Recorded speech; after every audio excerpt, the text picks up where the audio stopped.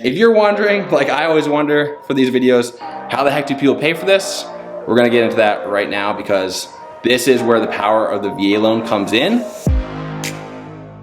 What's up everybody? So I posted something on the community tab letting you guys know that our tenant for our VA used duplex has just moved out. We're gonna be turning over our duplex, our other unit, in order to use it for an Airbnb. I'm gonna walk you through the property, walk you through this side of the duplex that has been lived in for the past 35 years by the same tenant. You know, it needs some love, it needs some work. And so I'm excited to show you guys the property, show you guys the current condition, and then talk about how we're gonna finance this process and kind of what our goals are for its next use and kind of the potential revenue that it's gonna bring in compared to what it was bringing in for the past 2 years. If you haven't used your VA loan yet, I highly recommend staying tuned for this series as we walk you through this process. Let's get into it. It's not a terribly large unit. So both sides are about 11 something hundred square feet. So it's relatively small, but it is a legal 3-bedroom, 1-bath. Simple, you know, obviously you can tell there's some carpet issues. Drywall is actually in really good shape considering she's been here 35 years. Trim needs to be updated, floors need to be updated. What you can't tell is the fact that there is a smoke smell. So we're gonna have to get rid of that, and that's obviously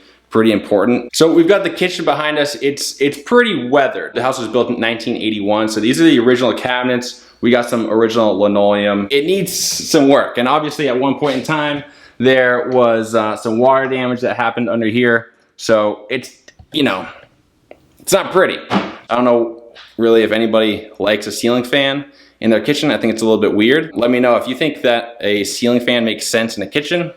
Let me know in the comments because maybe it makes sense to keep it. So it is a split level. So we got bedroom upstairs, bathroom upstairs, and then downstairs we have 2 bedrooms and then access to the basement. First bedroom, straightforward bedroom. Kind of one of those split levels. So you got the ground level windows, you got a closet, you got some, you know, blue carpets with some pink walls. Obviously very tasteful. And so here, obviously painting, we're gonna put luxury vinyl plank throughout the house, which keeps it clean, low maintenance. It's waterproof. This other bedroom, this is technically, legally wise, it is a bedroom. It does have a closet and it does have an egress window, but it also has this wide door. It's kind of a weird door, so we can't put a narrow door in there because you'll never get anything around the corner. We did have some issues. We had some issues over the last couple of years that I think the previous owner hid from us, but you know, you live and learn. And then more recently, we had an issue with the toilet upstairs. So we got another kind of plumbing thing that we had to make sure.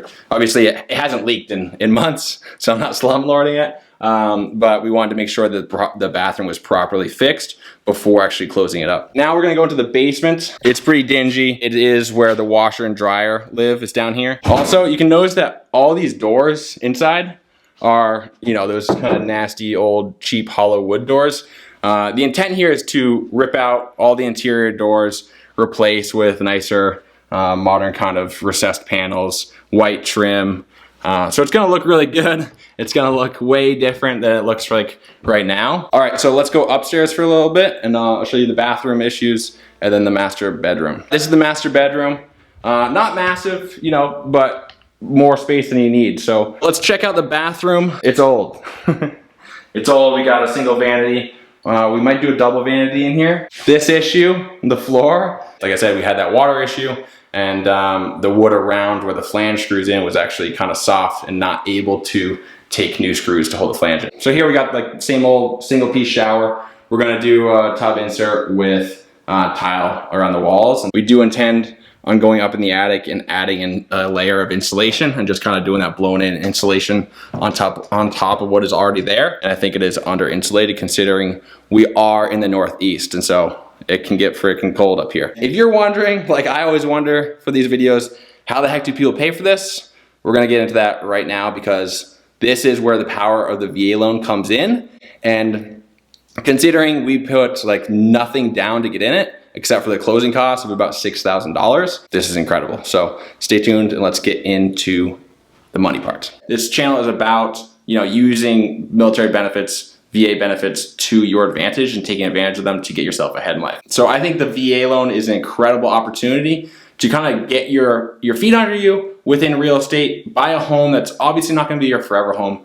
Your first house is never your forever home. So I think using the VA loan rather to buy a 2, 3, or 4 unit is really the best way to start. No matter really if you want to stay a long-term real estate investor or if you just want to use it at the beginning to get ahead. We bought the place for $352,500 in 2019. That's kind of a lot of money, but and it felt like a lot of money at the time. But the market has obviously been absolutely ridiculous over the last couple of years. And so we walked into it 0 money down. We're using the VA loan. We paid roughly $6,000, I think it was, for closing costs. We inherited the tenant that just left. And so, like I said, she had been here 35 years. We were her 3rd owners for the property. We just got an appraisal back because we were going to use a HELOC.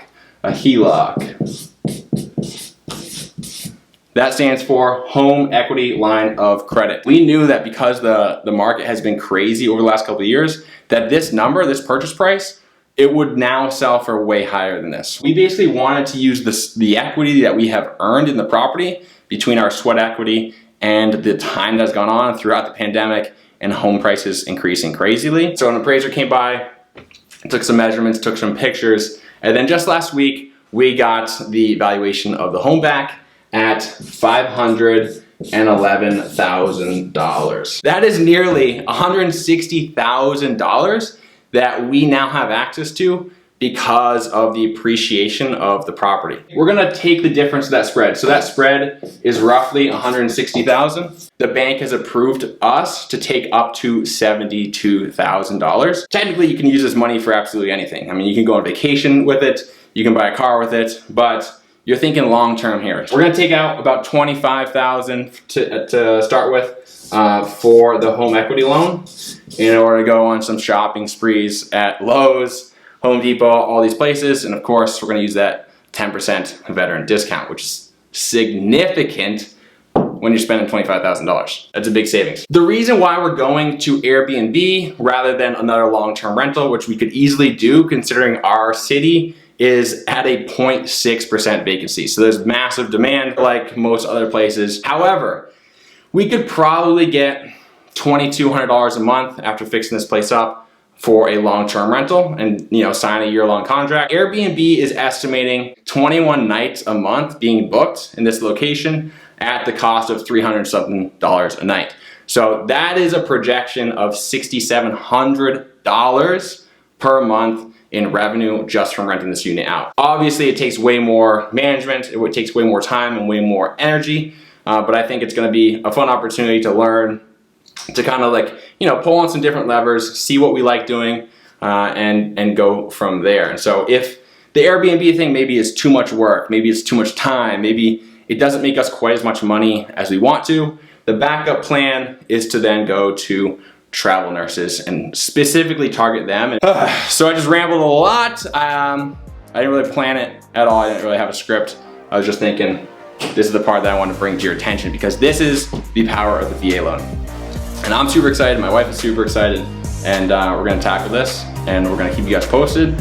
And yeah, learn from us because I'm sure there'll be some mistakes. Most of what I got to say, but stay tuned and we'll see you guys next week. Peace.